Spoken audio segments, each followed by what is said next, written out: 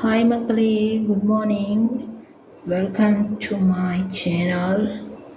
இன்றைக்கி நாம் என்ன பார்க்க போகிறோன்னா ப்ராக்லி ஸ்டீர்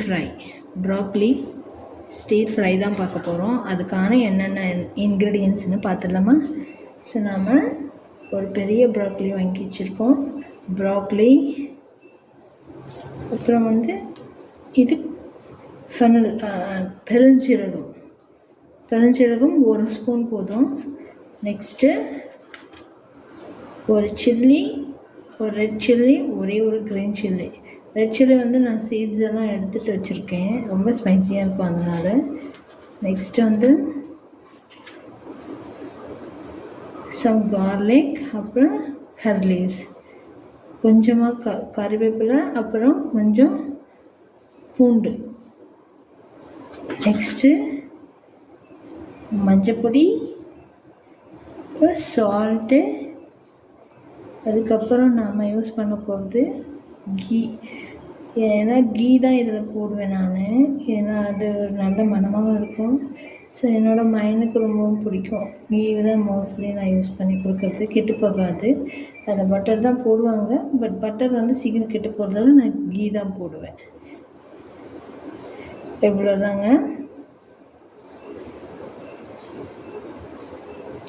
இதை நம்ம எப்படி ஸ்டீர் ஃப்ரை பண்ணுறதுன்னு பார்க்கலாம். ஸோ நம்ம ஸ்டீர் ஃப்ரை பண்ணுறதுக்கு ஃபஸ்ட்டு நம்ம ப்ராக்லியை கொஞ்சம் 5 மினிட்ஸ் பிளான்ச் பண்ணி எடுத்துக்கலாம்.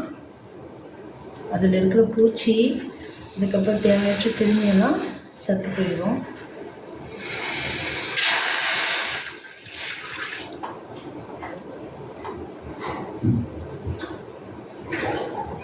பிளான்ச் பண்ணுறதில் உங்களுக்கு நல்லா தண்ணி நிறையா வைங்க, அது அப்போ தான் நல்லா பாயில் ஆகும். சிக்கனாக இருந்ததுன்னா ஒன்றோட ஒன்று ஒரு மாதிரி இருக்கும். ஸோ நம்ம இப்போ ப்ராக்லி போட்டுடலாம்.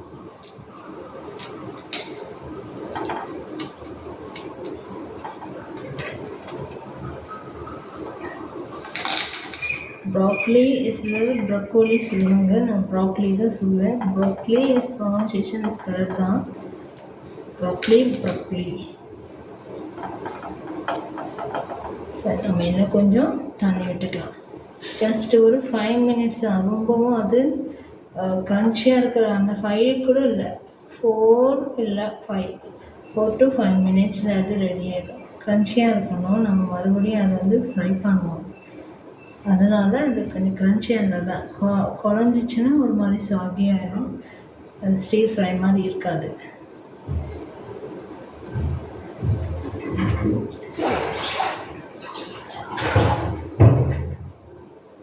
ஸோ இப்போ நிறைய தண்ணி விட்டுக்கலாம். பாருங்கள், இதெல்லாமே முங்குற அளவுக்கு தண்ணி விட்டுக்கோங்க.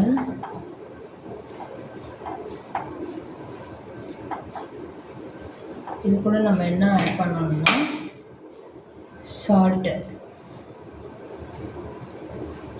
ஆட் பண்ணிக்கலாம். கொஞ்சமாக போட்டால் போதும்.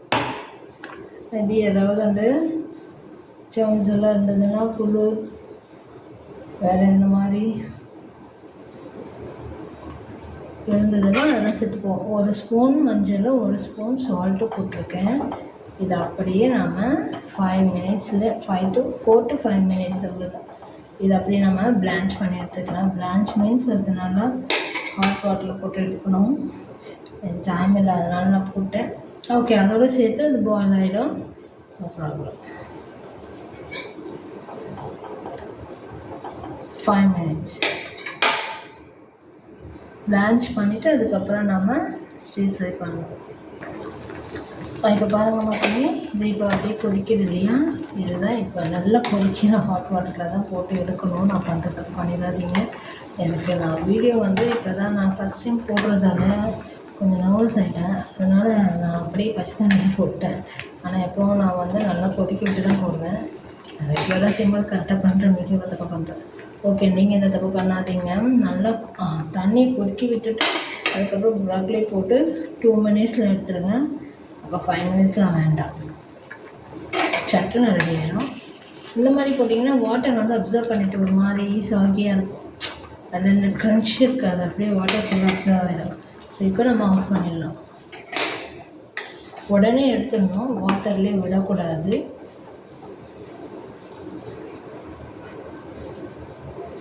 இப்போ பார்த்தீங்கன்னா நம்ம இது பிளான்ச் பண்ணி எடுத்துட்டோம் பாருங்கள். இது ரொம்பவும் தண்ணியே இல்லாமல் இருக்குது பாருங்கள். நல்ல வேளை நான் தண்ணியோடு இருக்குன்னு நினச்சேன். சீக்கிரம் எடுத்துட்டிங்கன்னா தண்ணியெல்லாம் அப்சர்வ் ஆகாது. நல்லா இப்படி க்ரன்ச்சியாக இருக்கணும், அப்போ தான் அது ரொம்ப டேஸ்ட்டாக இருக்கும்.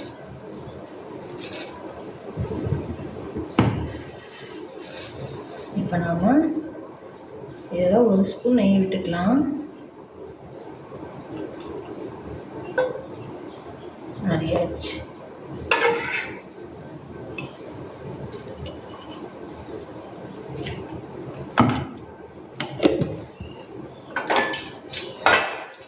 ஒரு ஸ்பூன் நெய் விட்டுட்டோம்.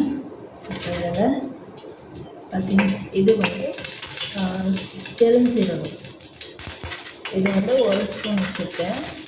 ஒரு அரை ஸ்பூன் தான், ஸ்பூன் கூட கிடையாது, அரை ஸ்பூன் இதில் போட்டுக்கலாம்.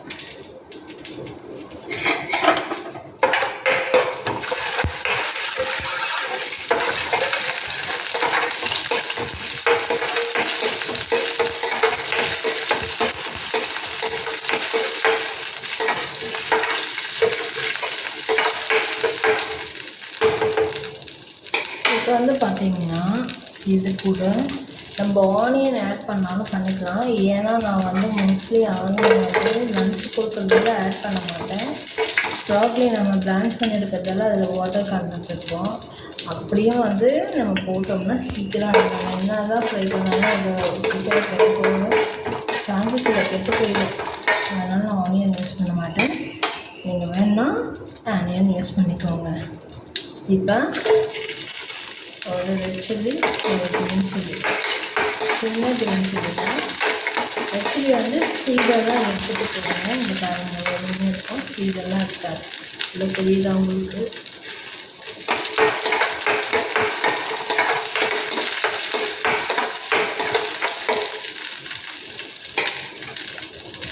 இப்போ இந்த டைப்பில் வந்து நாம் கார்லிக் ஆட் பண்ணிக்கலாம். கார்லிக் மட்டும்தான் இதுக்கு டேஸ்ட் கொடுக்கும். அதனால கார்லிக் ஸ்கிப் பண்ணாதீங்க, பிடிக்காதவங்க ஸ்கிப் பண்ணிக்கோங்க. ஆனால் கார்லிக் போட்டால் தான் ரொம்ப நல்லா டேஸ்டியாக இருக்கும்.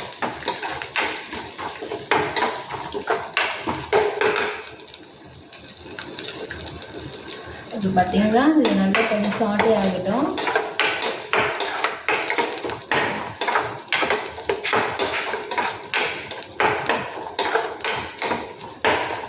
நல்ல மனம் வரும்.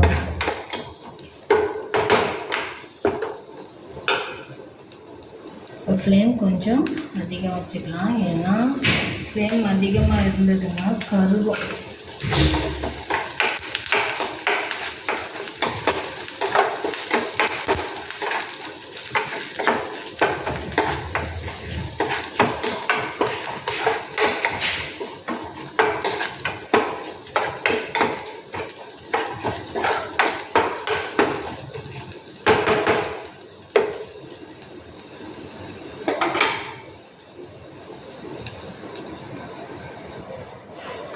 அது ஃப்ரை ஆகுறாங்க, சாட்டே ஆகட்டும். அது கொஞ்சம் சாட்டே ஆகிற டயத்தில் நம்ம என்ன பண்ணணும், இந்த ப்ராக்கலி நம்ம பிளான்ச் பண்ணி வச்சுருக்கோம்ல,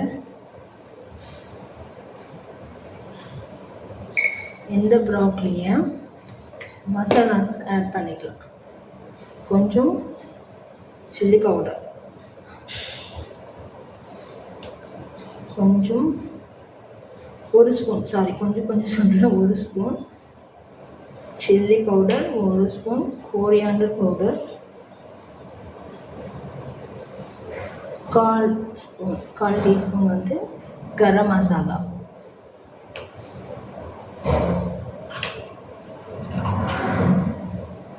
கொஞ்சம் பெப்பர் போட்டு இதை போட்டு நல்லா மிக்ஸ் பண்ணிடணும். கையிலே பண்ணுங்கள், கரண்டிலையும் பண்ணலாம். இப்போ கை இருக்கிறப்ப கரண்டி இருக்குது, நம்ம கையிலே யூஸ் பண்ணிக்கலாம். அதாவது ஸ்டீல் பண்ண போகிறது தான், கெட்டு போகாது. ஸ்ரீலங்கெல்லாம் பார்த்தீங்கன்னா கையில் யூஸ் பண்ணி தான் பண்ணுவாங்க, அது அவ்வளோ டேஸ்ட்டாக இருக்கும் போல். கையில் இருக்கிறதுல கரண்டில் வராது. ஸோ நல்லா மிக்ஸ் பண்ணியாச்சு.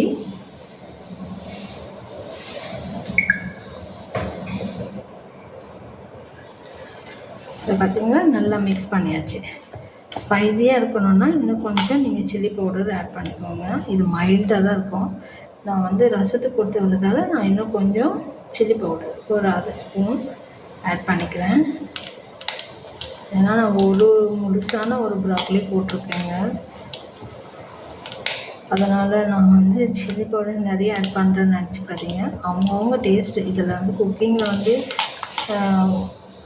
பர்ஃபெக்டாக இப்படியே செய்யணும்னு இல்லை. உங்கள் டேஸ்ட்டுக்கு ஏற்ற மாதிரி நீங்கள் அட்ஜஸ்ட் பண்ணிக்கலாம். உங்களுக்கு காரம் வேணும்னா கூட்டிக்கலாம், காரம் வேண்டான்னா குறைச்சிக்கலாம். இதில் எந்த ஒரு ரெஸ்ட்ரிக்ஷனும் இல்லை. ஏன்னா நம்ம சாப்பிட போகிறது நம்ம டேஸ்ட்டுக்கு தகுந்த மாதிரி தான் நம்ம சமைக்கிறது.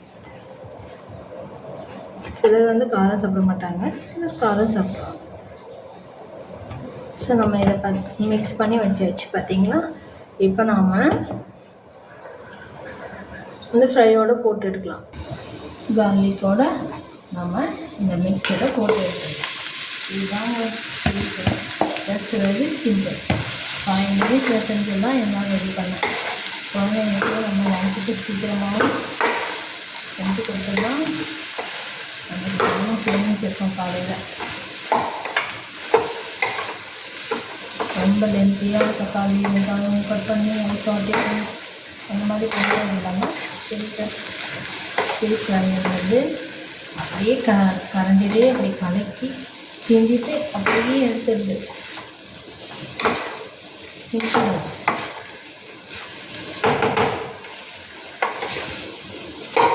இந்த மசாலாலாம் கொஞ்சம் பச்சை வாசம் போட வரைக்கும் அதை நல்லா சாட்டி பண்ணணும். அவ்வளோதான்.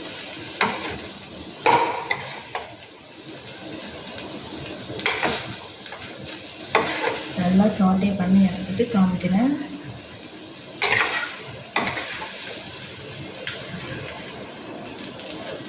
ப்ராக்கலி வந்து ரொம்ப நல்லதுங்க. குழந்தைங்களுக்கு நம்ம ரெகுலராக கொடுக்கலாம், இல்லை வீக்லி ட்வைஸ் கொடுக்கலாம். ரொம்ப ரொம்ப நல்லது. இது வந்து பிரெயினுக்கு ரொம்ப ஒரு பூஸ்டராக இருக்குது.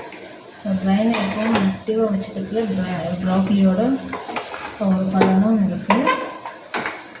ப்ராக்கலி வந்து சிலருக்கு வந்து இந்த ஸ்மெல் பிடிக்காதெல்லாம் சாப்பிட மாட்டாங்க. பட் அதெல்லாம் ஒன்றுமே இல்லைங்க. அதை பிளான்ச் பண்ணல அதை பண்ணி எடுத்தோன்னா அந்த ஸ்மெல்லாம் போயிடும்.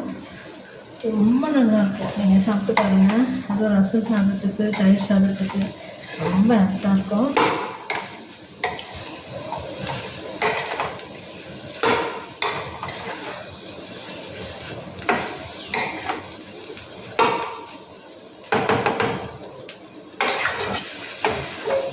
இன்னும் ஒரு 1 மினிட்ல எடுத்துடலாம்.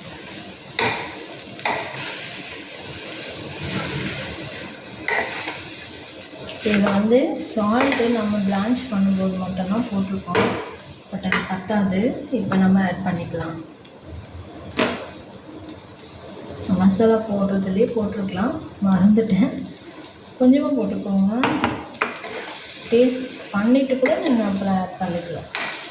அப்புறம் கரைச்சிதுன்னா வேஸ்ட்டாக போயிடும். இந்த டேஸ்ட் இருக்கணும் நாக்கில்.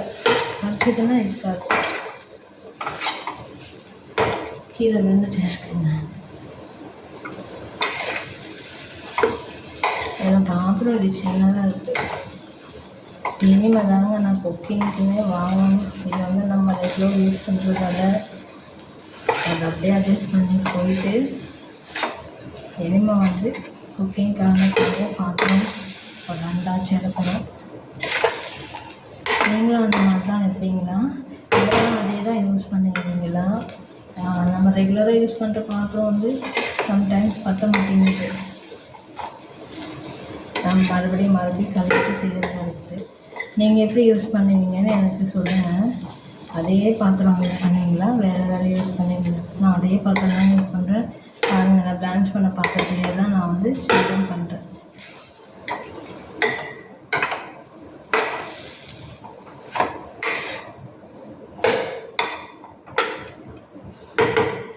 ஸோ இப்போ இது ஓவர் முடிஞ்சுது. ஸோ பாருங்கள் மக்களே, ஃபைனலாக நம்ம ஸ்டீர் ஃப்ரை பண்ணி முடிச்சாச்சு. ஸோ நம்ம பவுல்லையும் ட்ரான்ஸ்ஃபர் பண்ணியாச்சு. எவ்வளோ அழகாக இருக்குது பாருங்கள், ரொம்ப டேஸ்ட்டாக இருக்கும். நீங்கள் வேணால் செஞ்சு பாருங்கள், ஒன் டைம் செஞ்சு பார்த்துட்டு எனக்கு கமெண்ட்ஸ் பண்ணுங்கள். குழந்தைங்களுக்கு இது ரொம்ப பிரைனுக்கு நல்லது, எனக்கு தெரிஞ்சளவுக்கு. வேறு எதுக்கு நல்லது, இதில் என்னென்ன விட்டமின்ஸ் இருக்குது நிறைய பேர் பார்ப்பீங்க, நிறைய இதை பற்றி தெரிஞ்சுன்னு இருப்பீங்க. எனக்கு அந்தளவுக்கு தெரியாது, எனக்கு தெரிஞ்சது கொஞ்சம் தான். நிறைய பேருக்கு நிறைய விஷயங்கள் தெரியும். எனக்கும் சொன்னீங்கன்னா எனக்கு ஷேர் பண்ணுங்கள், அந்த விஷயத்த கமெண்ட் பண்ணுங்கள், நான் தெரிஞ்சுக்கிறேன். இது ப்ராக்லி ஆனால் உண்மையிலே ரொம்ப நல்லது உடம்புக்கு. யாரும் அந்த ஸ்மெல்க்காக இதை ஸ்கிப் பண்ணிடாதீங்க. நம்ம எது உடம்புக்கு நல்லதோ அது நம்மளுக்கு கொஞ்சம் டிஸ்டர்பன்ஸ் கொடுக்கும், அதையெல்லாம் இக்னோர் பண்ணிவிட்டு அதை நம்ம எடுத்துக்கணும். அப்போ தான் நம்ம உடம்புக்கு நல்லாவும் இருக்கும், ஹெல்த்தியாகவும் இருக்கும். ஓகே மக்களே, என்னோடய சேனலுக்கு நீங்கள் புதுசாக வரீங்கன்னா ப்ளீஸ் சப்ஸ்கிரைப் பண்ணுங்கள், ஷேர் பண்ணுங்கள், கமெண்ட்ஸ் பண்ணுங்கள். மறந்துடாமல் எனக்கு ஒரு லைக் போடுங்க. உங்களை மட்டுமே நம்பி வந்திருக்கு எனக்கு, நீங்கள் மட்டும்தான் ஆதரவு. நன்றி. நம்ம நெக்ஸ்ட் வீடியோவில் பார்க்கலாம். ஓகே, இதில் ஏதாவது நான் குறைய இருந்ததுன்னா எனக்கு என்ன வேணாலும் நீங்கள் கமெண்ட்ஸ் பண்ணுங்கள். ஓகே, பாய் பாய்.